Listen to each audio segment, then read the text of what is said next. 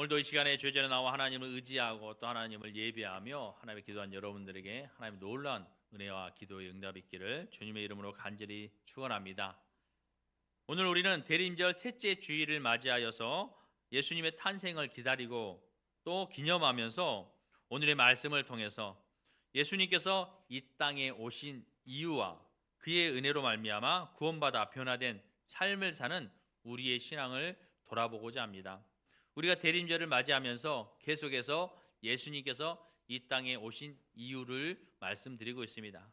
또 예수님께서 이 땅에 오심으로 말미암아 구원받은 우리가 어떤 삶을 살아야 되는지 오늘 말씀에서 우리는 예수 그리스도를 통해서 변화되는 삶을 살아야 함을 여러분 말씀을 통해서 은혜가 될 수 있길 바랍니다. 우리는 살면서 평생 주님께 감사하는 삶을 살아야 합니다.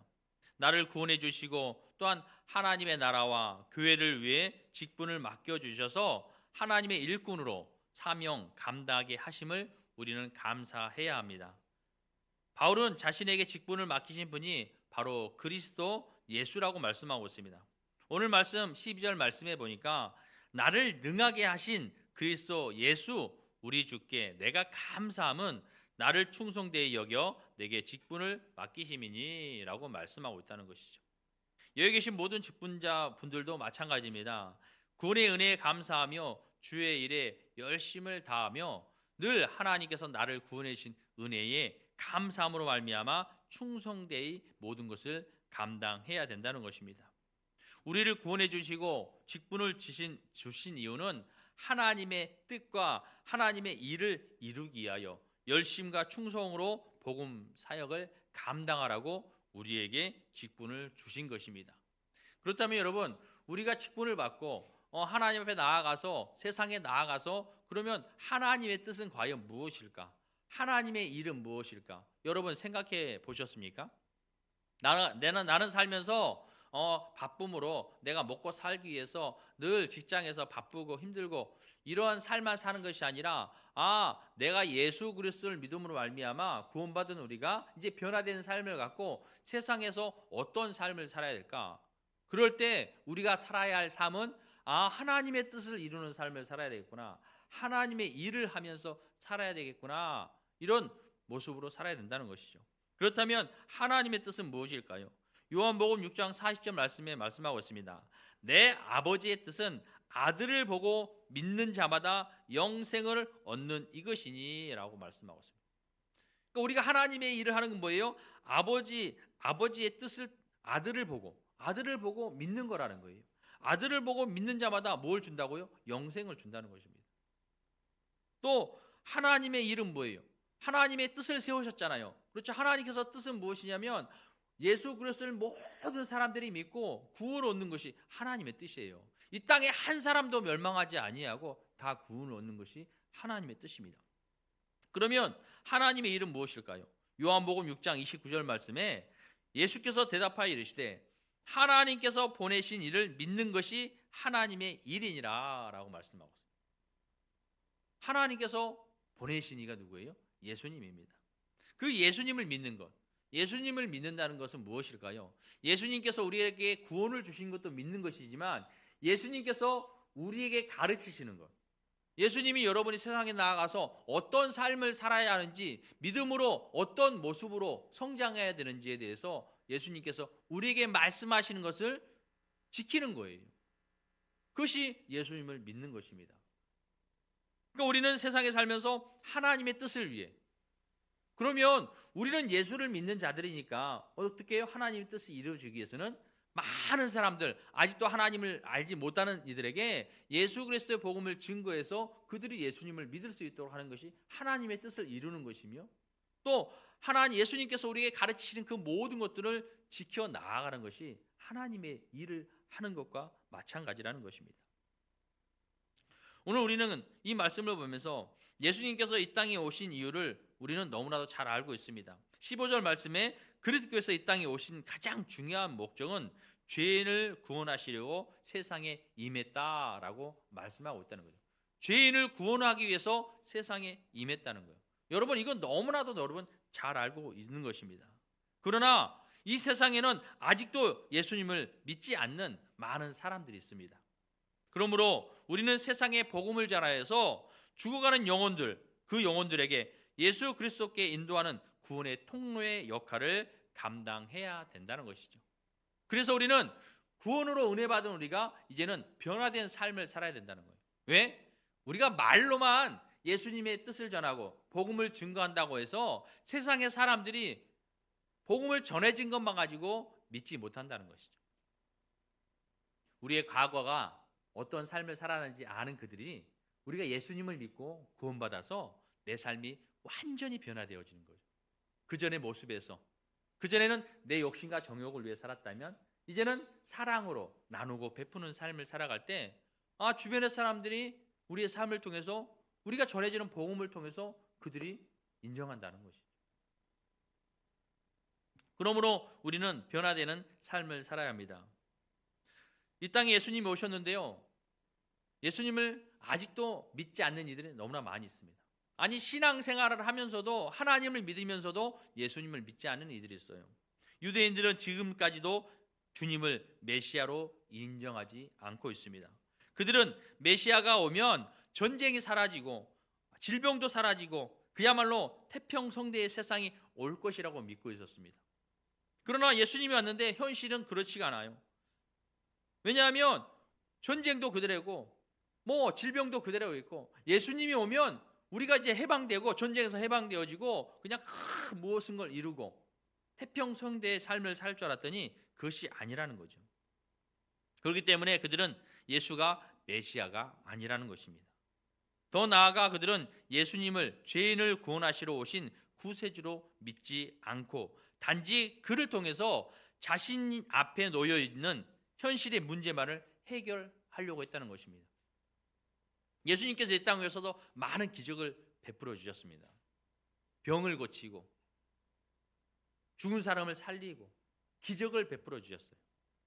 그런데 많은 사람들이 바라보기는 예수님이 구원으로 우리를 구원하러 오신 구세주가 아니라 그냥 그 기적을 베푸는 하나의 선지자로만 바라본 거예요.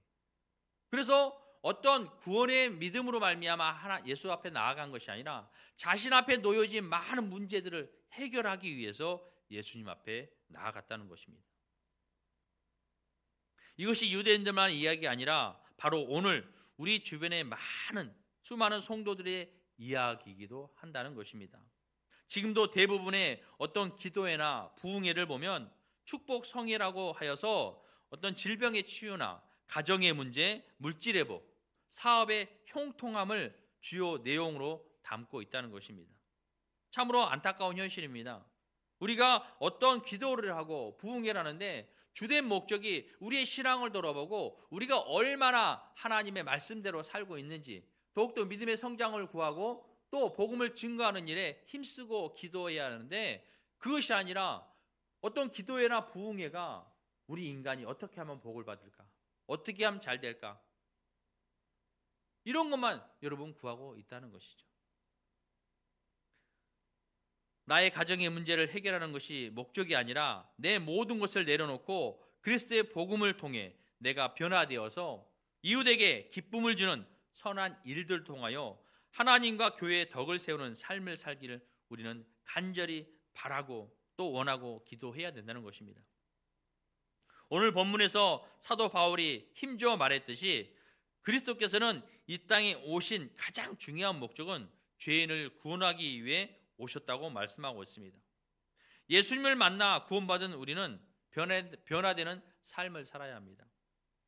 바울이 예수님을 만나기 전의 삶은 여러분 어떠했을까요? 바울이 예수님을 만나기 전의 삶은 어떻게 말씀하고 있느냐면 사도행전 22장 3절 말씀에 3절 4절 말씀에 나는 유대인으로 길리기아 다소에서 났고 이 성에서 자라 가말리엘의 문화에서 우리 조상들의 율법에 엄한 교훈을 받고 오늘 너희 모든 사람처럼 하나님께 대하여 열심히 있는 자라. 내가 이토록 박해하여 사람을 죽이기까지 하고 남녀를 결박하여 옥에 넘겼노니 라고 말씀하고 있어요. 바울은요 태어난 환경이 좋았어요. 배경이 좋았습니다. 그래서 교육도 잘 받았어요. 신앙도 좋았습니다. 그래서 자신이 자신의 신앙을 열심으로 감당했어요. 그들의 신앙은 예수를 인정하지 않았기 때문에 예수를 믿는 사람들을 핍박하고 박해하는 거예요. 잡아들이는 거예요. 그것이 자신은 옳았다고 생각하니까. 자신의 신앙은 그것이 옳은 거기 때문에 많은 예수를 믿는 사람, 예수를 인정하는 사람, 그런 사람들을 잡아다가 옥에 가두고 이렇게 했다는 것입니다. 왜 그랬을까요? 오늘 13절 말씀에 보면 그 이유가 나와 있습니다. 오늘 13절 말씀해 보니까 내가 전에는 비방자요, 박해자요, 폭행자였으나 도리어 국류를 입은 것은 내가 믿지 아니할 때에 알지 못하고 행하였습니다. 바울이 지금 하는 말은 뭐예요? 내가 이렇게 살았던 것이 내가 알지 못했기 때문인 거죠. 알지 못했기 때문에. 그러나 내가 긍휼을 이룬 것은 예수 그리스도를 알므로 말미암아 변화되었다는 이야기를 하는 거예요. 그러나 예수님을 만나기 전에는 내가 괴수처럼 살았다는 얘기를 하고 있는 것입니다. 뭐라고요? 비방자였다는 거예요. 박해자였다는 거예요. 폭행자였다고 이야기하고 있습니다. 우리도 마찬가지입니다. 우리가 세상에 살면서 예수 그리스도를 만나지 않았을 때는 이러한 똑같은 삶을 살았어요. 아니 더 못한 삶을 살았을지도 모릅니다. 그러나 몰랐어요. 내가 죄인인 걸 몰랐어요. 내가 세상에 아무리 악한 삶을 살아도 거짓된 삶을 살아도 그것이 죄인지 몰랐다는 것입니다.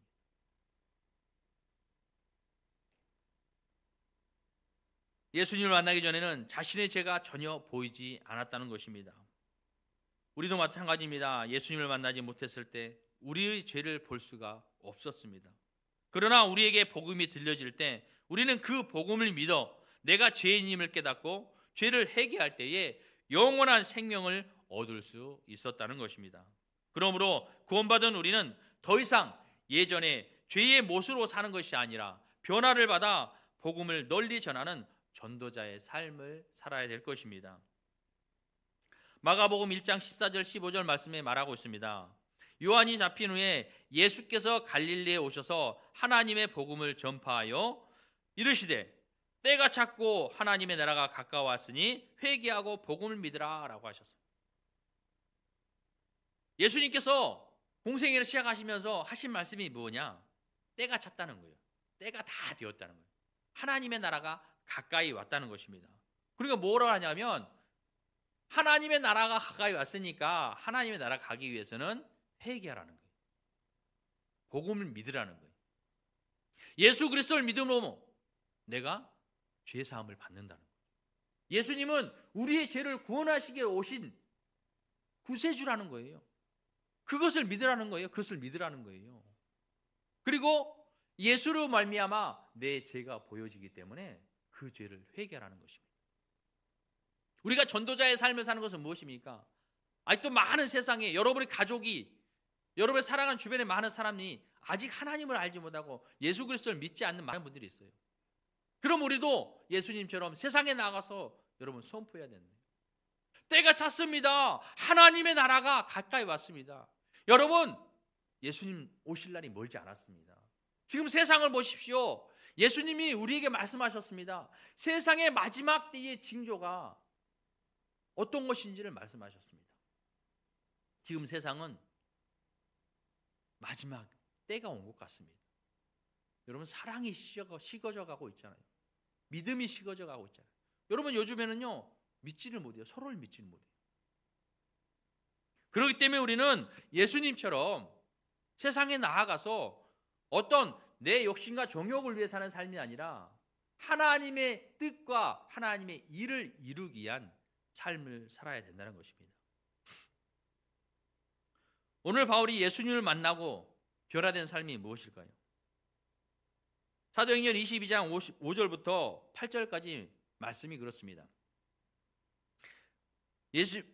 바울이 핍박하는 예수 그리스도를 믿는 자들을 잡기 위해서 다메섹까지 가요. 다메섹에 가는 도중에 예수님을 만납니다. 그 내용이 기록된 거예요. 이에 대제사장과 모든 장로들이 내 증인이라 또 내가 그들에게 다메섹 형제들에게 가는 공물을 받아 가지고 거기 있는 자들로 결박하여 예루살렘으로 끌어다가 형벌받게 하려고 가더니 다메섹에 가는데 어떻게 해요? 예수를 믿는 사람들 잡아다가 형벌 받기 위해서 끌어오려고 갔다는 거예요.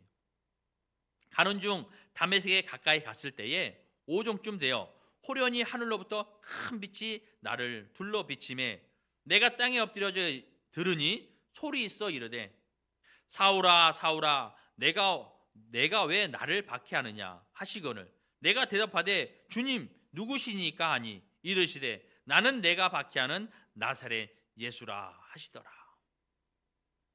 그렇게 열심히 일하던, 이제 원래 이름이 사울이죠. 예수님을 만나기 전에 이름은 사울이었어요.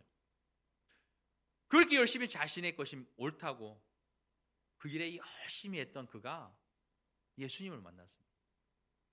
예수님을 만나고 변화되었어요. 예수님을 만나니까 지금 자기가 하고 있던 것이 잘못되었고 이것이 죄인 것이 깨달아졌다는 것입니다. 참된 진리를 알게 되었다는 거죠. 우리도 마찬가지입니다. 세상에 살면서 복음이 아무리 들려질 때도 여러분 그것이 믿어졌습니까? 믿어지지 않았어요. 그냥 삶을 살았습니다. 그런데 예수 그리스도의 복음이 들려지고 믿어질 때는 내 죄가 보여졌어요.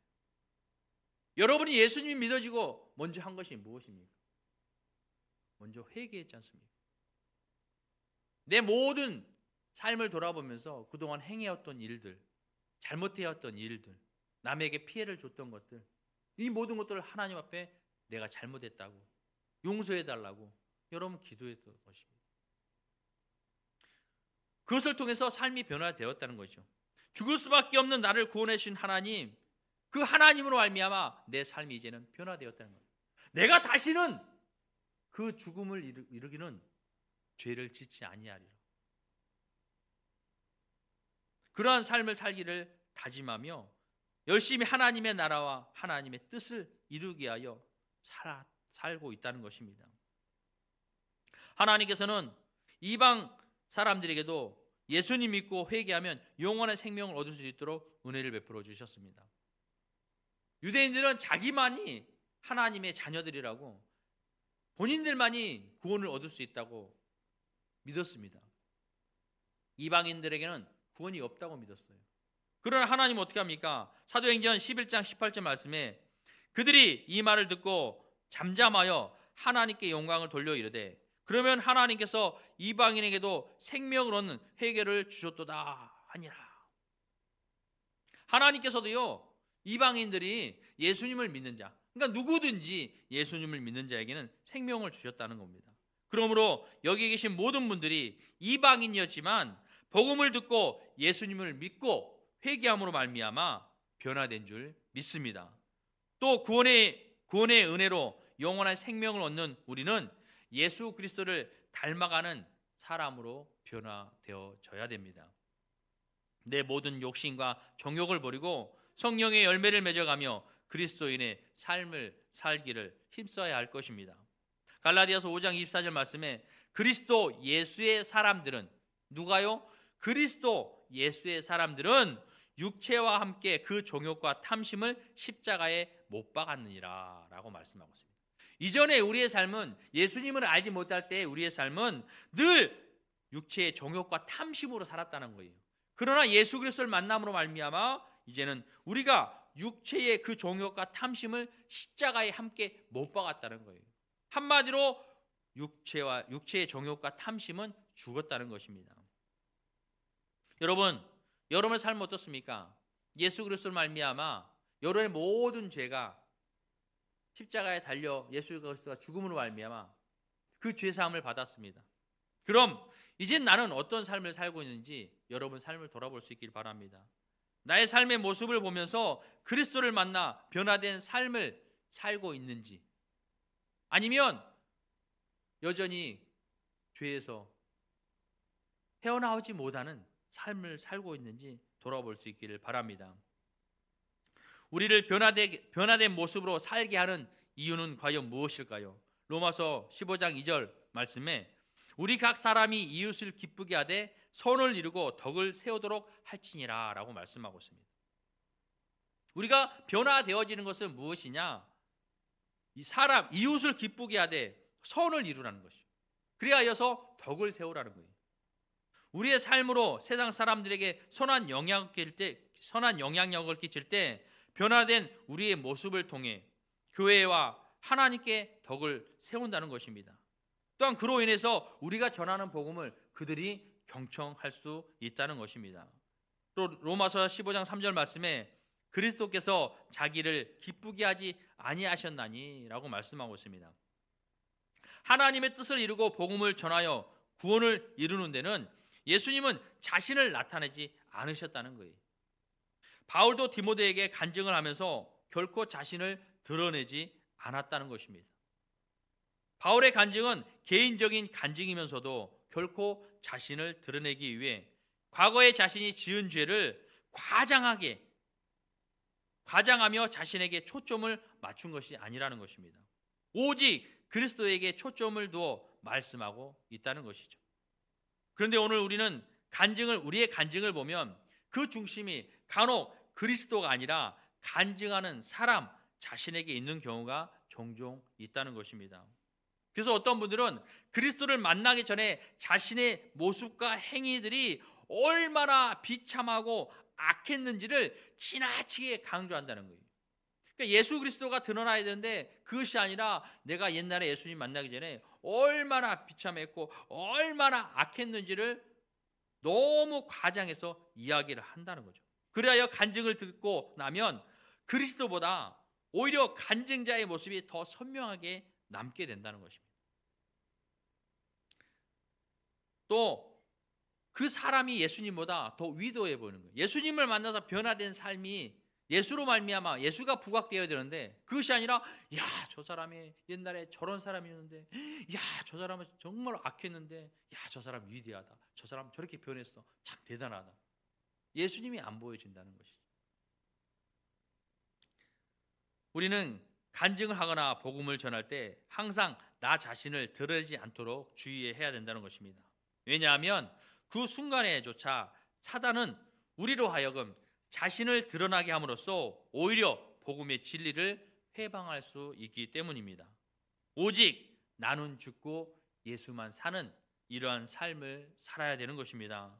오늘 우리는 본문의 말씀을 통해 예수님의 나심을 기다리면서 다시 한번 예수님께서 이 땅에 오신 이유가 우리를 죄에서 구원하시기 위해 오심을 기억하고 바울이 예수님을 만나고 모든 것이 변화된 것처럼 우리도 말로만